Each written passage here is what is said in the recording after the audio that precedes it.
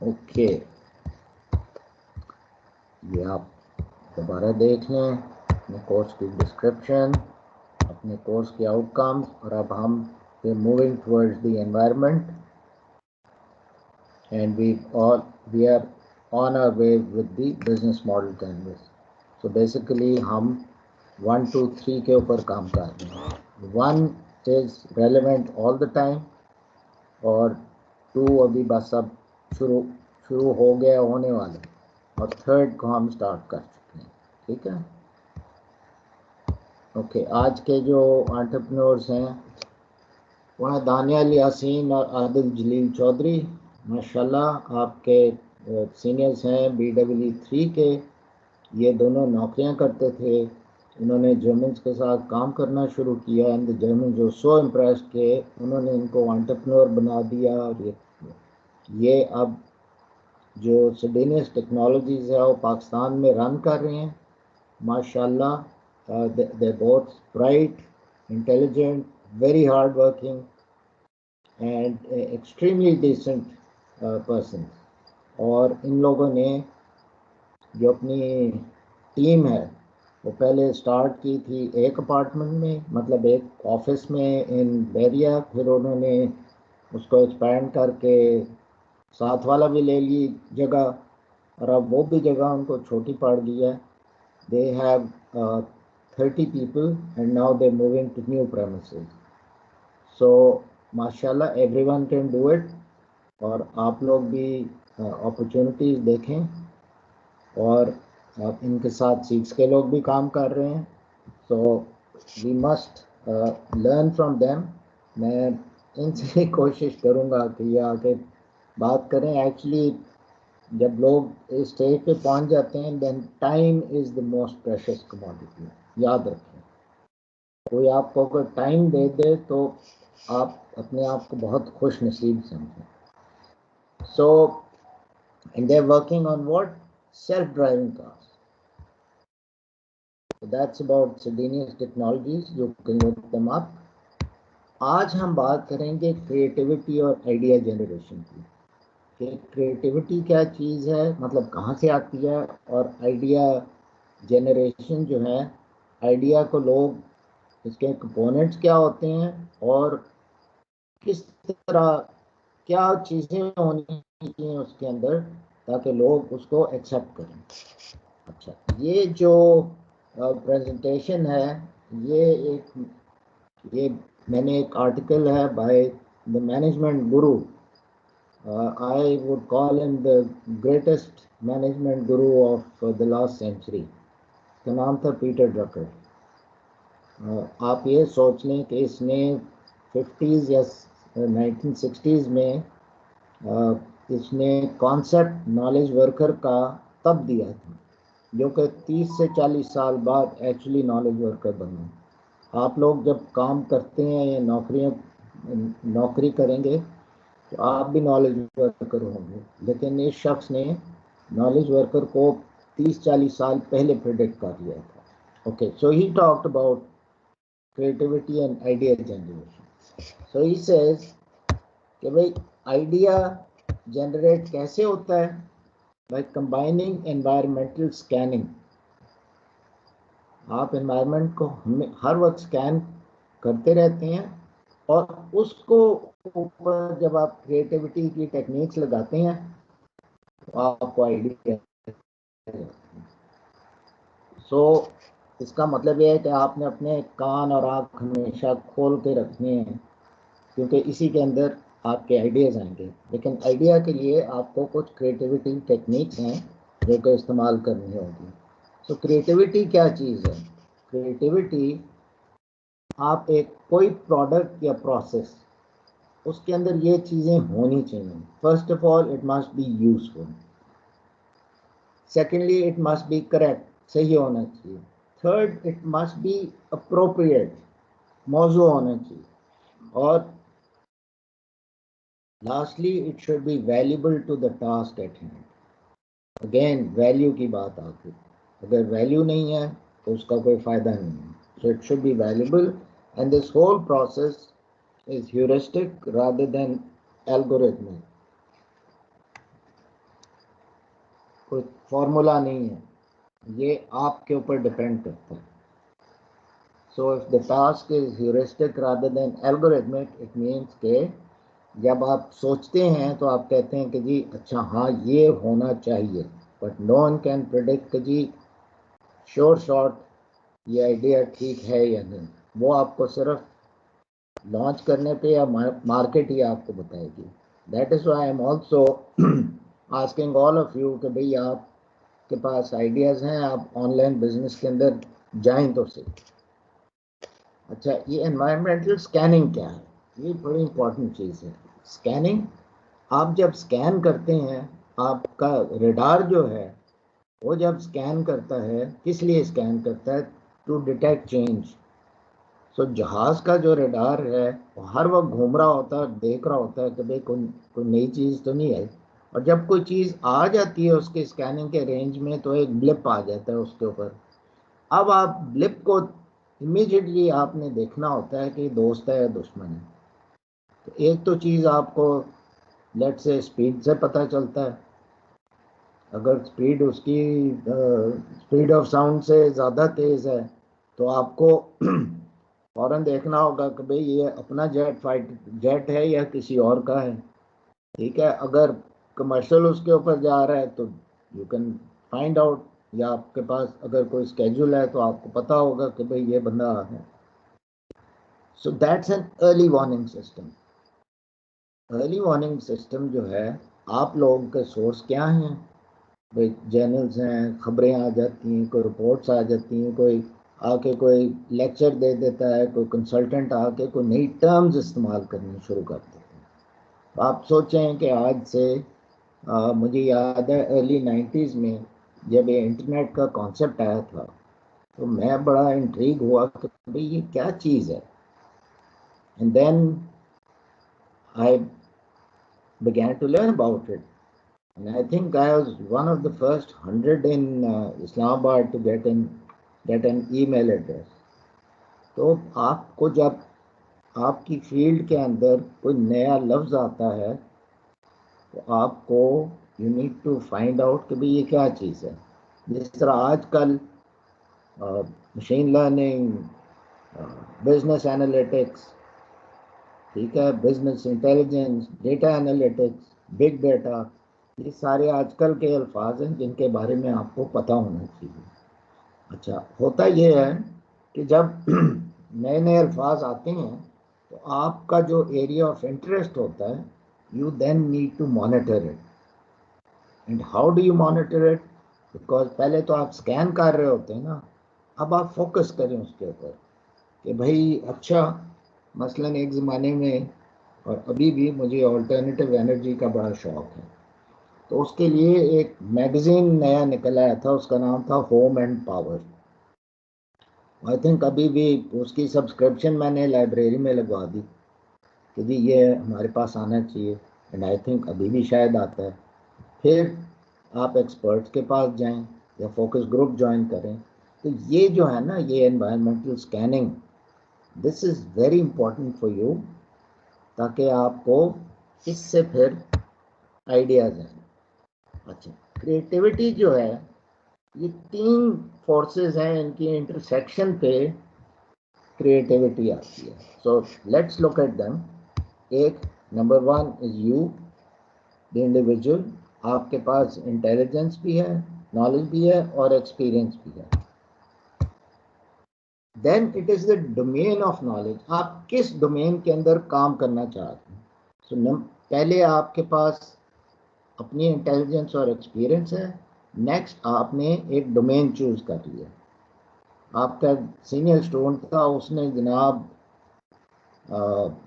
Bitcoin के ऊपर या जो डिजिटल करेंसी है उसके ऊपर इतना काम कर लिया, उसने ये डोमेन अपने लिए चूज कर लिया था कि even before the student graduated वो काफ़ी काम कर चुका था इस डोमेन के अंदर। नंबर थ्री, द फील्ड और सोशल कॉन्टेक्स्ट। पहले आप ज़रा पूरा पढ़ लें, आपने किस कॉन्टेक्स्ट के अंदर आपका जो काम है उसके उसकी अच्छाई या बुराई जो है वो इवैल्यूएट होगी और जज होगी। अभी आपको एक मिसाल भी देता हूँ, एक सेकंड। ओके, सो ये जो तीन चीज़ें हैं ना, तीन फोर्सेस, इनके इंटरसेक्शन के ऊपर आपको क्रिएटिविटी आती है, कि आपकी क्रिएटिविटी जो है वो जज की जाएगी। सो इंडिविजुअल जो है, हर शख्स, आप सब लोग, you are creative in one of two ways. या तो आप इम्प्रूव कर रहे हैं, यानी कि चीज़ें बेहतर कर रहे हैं जो कि पहले से ही हैं, या आप चीज़ें फ़र्क तरीके से करते हैं। ये स्पेशली ये जो इनोवेशन है, do things differently. So individual जो है, हर शख्स जो है, उसके अंदर क्रिएटिविटी का ये आंसर ज़रूर होता है। Number 2, domain of knowledge. Domain of knowledge जो है, उसके अंदर जो जनरल सोचा जाता है वो ये है कि जी आर्ट्स हैं, साइंसेस हैं, बिजनेस है, या आप कोई नया वेंचर है क्रिएट करते हैं, और उसके अंदर क्रिएटिविटी के लिए आपके पास नॉलेज बेस जो है वो आपको पता होना चाहिए, समझ होनी चाहिए। Then you must have the skill of manipulating this base. अगर आप उस नॉलेज को लेके उसके ऊपर कोई अमल नहीं कर सकते, फिर भी कोई फ़ायदा नहीं। You people all have the skill of producing software based on your knowledge. और सबसे बड़ी बात, you must be prepared to be creative. You have to believe that you can be creative. You must be able to take the risk of being creative. और तीसरी चीज़ जो मैंने field और social context की बात की थी, उसकी एक्सप्लेनेशन ये है कि आपका जो आइडिया है उसको लोग कहें कि जी ये क्रिएटिव है, ये ना कहें कि जी ये किसी पागल का काम। तो अब कौन लोग कहते हैं कि जी ये क्रिएटिव है या ये फजूल काम है? ओके, सो वो जनरली स्पीकिंग लोग जज करते हैं उसको। आर्ट्स के अंदर जो क्रिटिक्स होते हैं, जजेस होते हैं, या क्यूरेटर्स होते हैं म्यूजियम्स के, वो अगर कह दें कि जी ये बड़ा क्रिएटिव काम है, तो लोग फिर तस्लीम करना शुरू कर देते हैं। पर for entrepreneurs the judgment lies in the market place. याद है हमने कहा था कि जी वैल्यू प्रोपोजिशन जो है, it's a hypothesis that you need to check और टेस्ट। तो टेस्ट कहाँ करना है? मार्केट प्लेस में। अगर वो आइडिया बिक गया है तो आपकी वाह वाह हो जाती है और आप क्रिएटिव हो जाते हैं, otherwise it is not considered to be creative. और ये पैराडॉक्स ऑफ क्रिएटिविटी है कि if rules of creativity can be made then it would be algorithmic and not heuristic. यानी कि क्रिएटिविटी के रूल्स नहीं हैं, ये गाइडलाइंस हैं सारी। रूल अगर होते तो आप सब उस फॉर्मूले को अप्लाई करके आप सब क्रिएटिव हो जाते। So that is the paradox of creativity. Now creative होने के लिए आपको 3 तरीके का बिहेवियर चाहिए। तो number 1 is pure invention, creating something out of nothing. ये बहुत कम लोग ये करते हैं, बहुत कम लोग करते हैं। और इसमें one of the reasons why Apple has become so rich and so famous is because उन्होंने बिल्कुल नई नई चीज़ें लेके आई। जिस तरह मैंने कहा था, स्क्रॉल भी लेके आ गए, मल्टी टच लेके आ गए। अब लोग गाड़ी का इंतज़ार कर रहे हैं कि गाड़ी में क्या लेके आएंगे। लेट्स सी स्टीव जॉब्स के बाद कितना ज़्यादा क्रिएटिव बिहेवियर है एप्पल के अंदर। सेकेंड इज सिंथेसिस, यानी कि आपको प्रीवियसली अनरिलेटेड चीज़ें, पहले जो कंप्यूटर थे वो सब बड़े बड़े साइज़ के होते थे, ग्लास हाउसेस में पड़े होते थे। फिर मिनी आया एंड देन समबडी सेड कि जी हम पर्सनल कंप्यूटर बनाते हैं, तो हम चीज़ों को जोड़ के हम पर्सनल कंप्यूटर बना लेते हैं। तो इसको कहते हैं सिंथेसिस। और आखिरी चीज़ है कि आप कोई प्रोडक्ट या प्रोसेस की कोई इम्प्रूवमेंट कर दें। ये जो मैं तो कहूँगा ये जो अपसाइज करते हैं ये भी बड़ी ज़बरदस्त क्रिएटिविटी थी किसी की कि जी सिर्फ अपसाइज को उन्होंने एक मॉडिफिकेशन करके और आपके लिए ज़्यादा वो लेके आ गए revenue for the people who got into this. अच्छा, सो आपने क्रिएटिव होने के लिए आप क्या टेक्निक्स इस्तेमाल कर सकते हैं? So number 1 is a creative pause. Creative pause ये होता है कि जब आप रूटीन में काम करते हैं ना तो आप ज़्यादा सोचते नहीं हैं, आप रूटीन में काम करते रहते हैं। सो एकदम आप उसको छोड़ के रूटीन को, तो रूटीन के एक एस्पेक्ट के ऊपर अगर आप कंसंट्रेट करना शुरू कर दें तो देखिएगा आपको कोई ना कोई नया ख्याल ज़रूर आएगा। And I think company should give this time to employees ताकि वो अच्छे आइडियाज़ के साथ आ सकें। Number 2, focus. एक पॉलिसी है या कोई प्रोसेस है तो आप उसके ऊपर जब अपना पूरा फोकस कर देते हैं तो आपको फिर भी नए नए आइडियाज़ आ सकते हैं। You can be creative. Number 3, you challenge yourself. Challenge yourself by asking कि जी ये तरीका तो चल रहा है लेकिन इसका और क्या तरीका हो सकता है। एंड सम पीपल, स्पेशली जब आप ग्रुप्स में बैठे होते हैं तो कुछ लोग ऐसे होते हैं जिनकी आदत होती है चैलेंज कर देना। They make you very careful and actually ये जो चैलेंजेस होते हैं they force you to be thorough. जब आप तैयारी करते हैं और आपको पता होता है कि जी ये टीचर बहुत सवाल पूछता है या हमारे ग्रुप में बहुत सवाल पूछता है तो आप एक्चुअली उनको तैयारी करके आते हैं। सो खैर वो तो चैलेंज करते हैं, कॉन्सेप्ट को आप चैलेंज करते हैं कि जी इस काम को करने का क्या आया कोई और तरीका है या नहीं। Then you try to figure out कि जी आर देयर ऑल्टरनेटिव्स। याद है हमने रेयर के अंदर कहा था कि जी non substitutable. So is there a substitute for what we are doing? Is there a new way of doing it? So क्या एक कोई नया तरीका है करने का या कोई और चीज़ अवेलेबल है जिससे हम यही काम कर सकते हैं? ऑल्टरनेटिव्स क्या अवेलेबल हैं?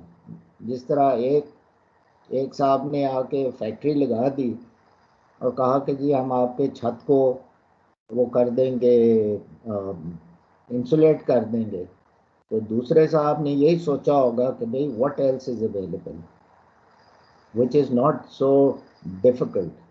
सो he went and found tiles, और टाइल तो आपका कोई राज मजदूर लगा सकते हैं। ठीक है, so that second person used the creativity technique and came up with an alternative. Provocation. What if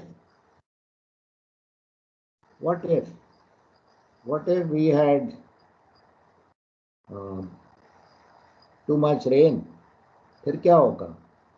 actually जो प्लानर्स होते हैं वो व्हाट इफ के ऊपर बहुत काम करते हैं, बट जो अगर आपने क्रिएटिविटी टेक्निक्स पे देखना है तो उस पर भी आप व्हाट इफ आप अपने दिमाग में सोचते रहें कि भाई what if this happens, what if this happens, what if. अब इसके लिए what if the population of some country was 50% of the population was less than the age of 30? उनकी क्या ज़रूरियात होंगी? अब you can actually go and find out the data and see कि जी उनको क्या चीज़ें चाहिए होंगी, just as an example. But what if is very powerful, because ये व्हाट इफ क्वेश्चन ने ना पूरी आपकी कंप्यूटर इंडस्ट्री को पॉपुलर कर दिया। And the last way which we use is mind mapping. Mind mapping में ये होता है कि आप प्रॉब्लम को पेश करते हैं एंड देन उसके साथ जो भी तमाम चीज़ें एसोसिएटेड होती हैं आप वो चीज़ें लिख लेते हैं। माइंड मैपिंग ये जो आप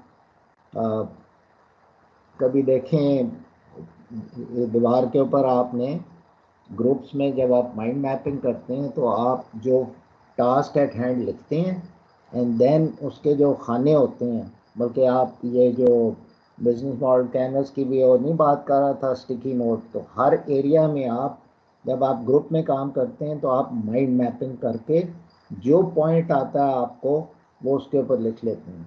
जब वो पॉइंट लिख लेते हैं तो क्या होता है, वो सबके जब पॉइंट्स आ जाते हैं तो आपको कोई ना कोई कंक्लूजन जो है वो आपको सामने नज़र आ रही होती है। तो that is mind mapping. Here is and mind mapping is quite organic. आप ये देखें कि आपके जो दिमाग है वो कितना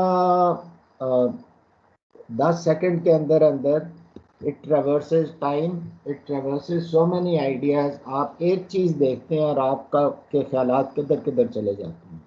तो ये माइंड मैपिंग के अंदर आप जो ख्यालात आते रहते हैं, जो आइडियाज़ आते हैं related to that one specific area, आप उनको लिखना शुरू कर देते हैं। जब लिखना शुरू करते हैं तो आपकी या अपनी विजडम से या ग्रुप की कलेक्टिव विजडम से आपको पैटर्न्स और आंसर्स नज़र आने शुरू हो जाते हैं। So how do you change a creative thought into a business? सबसे पहले imagination. Everybody imagines. You can imagine yourself कि भाई आपको कोई आइडिया आता है तो आप as a matter of fact जो आपकी यूनिवर्सिटी एजुकेशन है सारी, it is there to educate your imagination so that you can be more creative. And imagination is one main difference between us and animals. वो एक set pattern पे चलते हैं। इंसान इमेजिन करता है और उस इमेजिनेशन के ऊपर एक्ट करता है और नॉलेज के ऊपर एक्ट करता है। Therefore, we tend to create stuff. We tend to create products, processes. So imagination is the original act of creativity. Imagination के बाद आती है जी इंक्यूबेशन। क्योंकि जब आपको आइडिया आता है तो आपको उस आइडिया को आपने अभी कन्वर्ट करना है। इसीलिए ये जो इंक्यूबेशन सेंटर्स हैं, आप आइडिया पेश करते हैं, आपने अभी उसके ऊपर कोई ख़ास काम नहीं किया होता, तो वो कहते हैं ओके आ जाओ और इसके ऊपर सोचो, we will give you incubation time. Incubation के बाद आपके पास आ जाती इल्यूमिनेशन। तब आपको एक्चुअली समझ आती है कि भाई आइडिया को हम बिजनेस में कैसे बना सकते हैं। And that's where the business model canvas comes into play. क्योंकि आपको बहुत सारे सवालों के जवाब तब देने होते हैं और आप अपने आप को फोर्स करते हैं इंक्यूबेशन में कि भाई आप इन सवालों के जवाब दें। और एलिमिनेशन के बाद आप फिर इम्प्लीमेंटेशन की तरफ जाते हैं, यानी कि आपका जो आइडिया है उसको अब आपने इम्प्लीमेंट करना है। जब आप इम्प्लीमेंटेशन की तरफ जाते हैं और अपनी कंपनी सेटअप कर लेते हैं, that's when the physical action start. And in all of this all the time ये आपकी वेरिफिकेशन और वैलिडेशन जो है वो हमेशा आती रहती है। याद है वो उसके अंदर वैल्यू प्रोपोजिशन के अंदर आपने मिनिमम वायबल प्रोडक्ट बनाया, उसको मार्केट में छोड़ा, उसका फीडबैक लिया, उसको वैलिडेट किया, वेरीफाई किया, जो कमी बेशियाँ थी फिर आपने उससे नेक्स्ट स्टेज के ऊपर लेके गए। So this is how you change the creative thought into a business. And here is a visual representation of the creative process. ये आप इसको देख लीजिएगा. Now let me talk about, कभी आपने टर्म सुनी होगी कि जी ये विंडो ऑफ अपॉर्चुनिटी. ये विंडो ऑफ अपॉर्चुनिटी का हमारे जो पेरेंट्स हैं ना, वो एक नाम देते हैं इसको. अगर आपको एनीबडी हैव एन आइडिया कि विंडो ऑफ अपॉर्चुनिटी को पेरेंट्स क्या नाम देते हैं? एनीवन? जब आपके बारे में सोच रहे होते हैं कि जी इसको ये करना है, तो वो क्या लफ्ज़ इस्तेमाल करते हैं?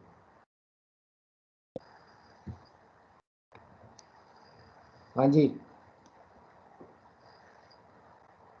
सोचें.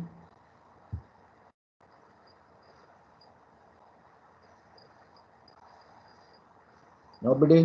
जब आपको कहते हैं कि जी आप कंप्यूटर साइंस में जाएं, इसका बड़ा डैश है, और डैश से में क्या लफ्ज़ आता है? फायदा, स्कोप.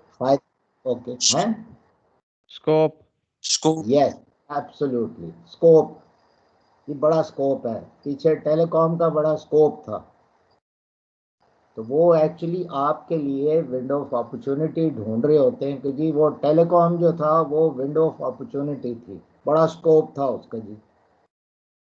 अब फाइनली पेरेंट्स को पहले तो इंजीनियर डॉक्टर ही नज़र आते थे, अब उनको फाइनली आईटी नज़र आनी शुरू हो गई है, क्योंकि उनको ये समझ आ गई है कि जी इसका स्कोप जो है बहुत वसी है. आईटी की इम्प्लीमेंटेशन दुनिया की हर इंडस्ट्री के अंदर हो सकती है. So let's now talk about Windows and corridors of opportunity. Window of opportunity, window खुलती है और फिर बंद हो जाती है. जब तक खुली होती है आप उससे फ़ायदा उठाएं. ये देखें, unique opportunity once shown to produce wealth will attract competition, and if the industry is easy to enter, it will quickly become saturated. So if the industry is easy to enter, तो saturate हो जाएगी. और paradox too कि भाई you don't want to join any industry that would have you. So कोशिश ये होनी चाहिए आप ऐसी इंडस्ट्री या उस इंडस्ट्री का ऐसा सब सेगमेंट को ज्वाइन करें जिसके अंदर ग्रोथ भी हो और मार्जिन भी हो. Every product or service has had an optimal period of time for commercialization.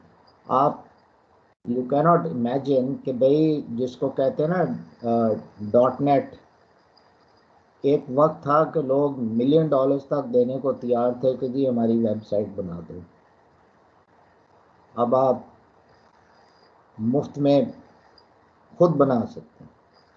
सो उसकी विंडो ऑफ अपॉर्चुनिटी ख़त्म हो गई. अच्छा, third line, those introduced too early have failed and those introduced too late have suffered from crowded markets. So जो बहुत जल्दी कोई चीज़ लेके आ गए वो फेल हो गए, या जो बहुत देर से घुसे हैं तो फिर हर कोई उसी के अंदर था. Those introduced too early की मैं आपको मिसाल देता हूँ. जब ये नोकिया के फ़ोन्स थे जो 2-2 इंच की स्क्रीन के, तब डेल वाले 5 इंच की स्क्रीन का फ़ोन ले आए थे. तब 5 इंच की screen, it was unheard of. But Dell said कि जी ये फ्यूचर यही है. Where they failed because future तो वही था, और उस फ्यूचर के लिए आपको सॉफ्टवेयर भी चाहिए था, आपको वीडियोस भी चाहिए थे, वो थे नहीं. तो लोगों को उसके अंदर फ़ायदा नहीं लगाया. So it was introduce too early. और जो बहुत लेट आते हैं वो फेल हो जाते हैं बिकॉज मार्केट इस वक्त भरी हुई है. ठीक है. So you have to enter a window of opportunity जब अपॉर्चुनिटी एग्जिस्ट कर रही हो और जो प्राइम टाइम हो.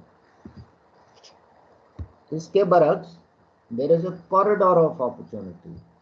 इन अदर वर्ड्स कि जब आप, अगर आप एक विंडो ऑफ अपॉर्चुनिटी खुली है और आप उससे किसी रिलेटेड बिजनेस में हैं, आपके पास नॉलेज है, तो आप उस कॉरिडोर ऑफ अपॉर्चुनिटी को ज्वाइन करके उस विंडो ऑफ अपॉर्चुनिटी से फ़ायदा उठा सकते हैं। इसकी मैं आपको मिसाल देता हूँ। जब पीसी जो हैं, पीसी मार्केट ने फ्लरिश करना शुरू किया, तो ये जो बड़े प्रिंटर के मैन्युफैक्चरर्स थे, for them it was a corridor of opportunity in the sense कि भाई जिसने ये देख लिया कि भाई जिस घर में पीसी होगा उसके घर के अंदर प्रिंटर भी चाहिए होगा, तो अब हम पर्सनल कंप्यूटर तो वो बना रहे हैं, अब हम अपनी नॉलेज को के साथ हम पर्सनल प्रिंटर्स बनाने शुरू कर देते हैं। So for them they entered that corridor of opportunity और उन्होंने उससे फ़ायदा उठाया। इसी तरह फ़ोन्स का देख लें, वैसे आप इसको इस तरह देखें कि सोनी जो है फ़ोन्स में क्यों आया था, वो तो पहले म्यूज़िक में था। उसने सोचा कि जी ये इस फ़ोन के अंदर अब सब कुछ आ गया है, इंक्लूडिंग म्यूज़िक एंड साउंड, तो हम वो फ़ोन ही बनाना शुरू कर देते हैं, but we will use our experience of good music. So the initial phones that were made by Sony had excellent music, मतलब म्यूज़िक रिप्रोडक्शन। सो ये विंडो और कॉरिडोर ऑफ अपॉर्चुनिटी, ये इससे अगर आप फ़ायदा उठाएं तो आपकी वेल्थ जो है वो जनरेट हो सकती है। आगे एग्जांपल्स हैं कि जी जब शुरू में साइकिलें बनी तो लोगों ने जब ये देखना शुरू किया कि जी अच्छा ये तो ट्रांसपोर्टेशन के लिए बहुत अच्छी है, तो लोगों ने उस विंडो ऑफ अपॉर्चुनिटी का फ़ायदा उठाना शुरू कर दिया। सिमिलरली पीसी जो हैं, ये बड़ी लंबी कहानी है, I can tell you the story of VisiCalc, क्योंकि मैंने आई प्रॉब्ली यूज दिस, क्योंकि पीसी जो थे लोग उसको खिलाना समझते थे, लेकिन एक प्रोफेसर ने, या व्हाट इफ, वो कोई क्वेश्चन आ गया व्हाट इफ, उसने कहा कि जी what if our sales grow 10%, okay what if our sales grow 15%, और उसने स्प्रेडशीट का कॉन्सेप्ट दिया। जब स्प्रेडशीट का कॉन्सेप्ट आया तो लोगों ने कहा यार ये तो बड़ी काम की मशीन है, और उससे लोगों को समझ आया कि जी सॉफ्टवेयर का फ़ायदा क्या होता है। और सॉफ्टवेयर से जब उनको फ़ायदा पता चला तो लोगों ने और सॉफ्टवेयर बनाना शुरू कर दिया। पहले लोग हार्डवेयर के पैसे देते थे, अब सारा पैसा सॉफ्टवेयर की तरफ चला गया, and very rightly so. Similarly जब वो एक विंडो ऑफ अपॉर्चुनिटी निकली तो VisiCalc was the first one, but others came out with better products and they set the industry standards, and Microsoft took over because उसने सिर्फ spreadsheet नहीं बनाई, उसने प्रोडक्टिविटी स्वीट बना दिया जिसके अंदर वर्ड प्रोसेसर था, स्प्रेडशीट थी और प्रेजेंटेशन प्रोग्राम था। सो और वो तीनों इंटरलिंक थे, तो उसने इतनी वैल्यू दे दी कि सारी दुनिया माइक्रोसॉफ्ट की तरफ चली गई। Up, Google was not the first search engine or Facebook in social networking. They all took advantage of an opportunity that was there. Bill Gates देख लें, उसने अपना जो I used to work on CPM operating system, मैंने सारा अपना MBA का major paper CPM के ऊपर किया है, but MS-DOS very quickly became the standard। और ये MS-DOS, Bill Gates was so smart, उसने ये देखा कि भाई हर डेस्क के ऊपर एक पीसी होगा और हर पीसी जो है बगैर ऑपरेटिंग सिस्टम के नहीं चल सकता। सो उसने IBM को ऑपरेटिंग सिस्टम नहीं बेचा, उसको राइट्स नहीं दिए, वो so smart and he became richer than them. और अभी जो आजकल अपॉर्चुनिटी है पाकिस्तान के लिए, वो वन बेड वन रोड या CPEC है, और CPEC के अंदर बड़ी अपॉर्चुनिटी है। आप सिर्फ यही सोच लें कि जब ट्रक्स आने शुरू हो जाएंगे या फ्रेट आना शुरू हो जाएगा, तो सिर्फ जो ड्राइवर हैं वो रास्ते में रुकेंगे, उनको सोना होगा, उनको चाय पीनी होगी, सिर्फ उसकी कितनी अपॉर्चुनिटी है एंटरप्रेन्योरशिप के लिए, ठीक है। So that road presents a window of opportunity or a corridor of opportunity for you. Now, according to Mr. Timmons, आपके जो स्टार्टअप्स के लिए 3 फैक्टर्स हैं very important, the opportunity, the entrepreneur and the resources, और ये टिमन्स model की एक ये विजुअल रिप्रेजेंटेशन है, ये आप इसको देख लीजिएगा। हर चीज़ में मैं देख रहा हूँ 3 आ रहे हैं, क्रिएटिविटी के अंदर भी 3 चीज़ें आ रही हैं, अभी आगे आप इंटेलेक्चुअल प्रॉपर्टी में देखिएगा उसमें भी 3 चीज़ों का इंटरसेक्शन आ रहा होगा। Okay, so that is all on creativity. I believe ये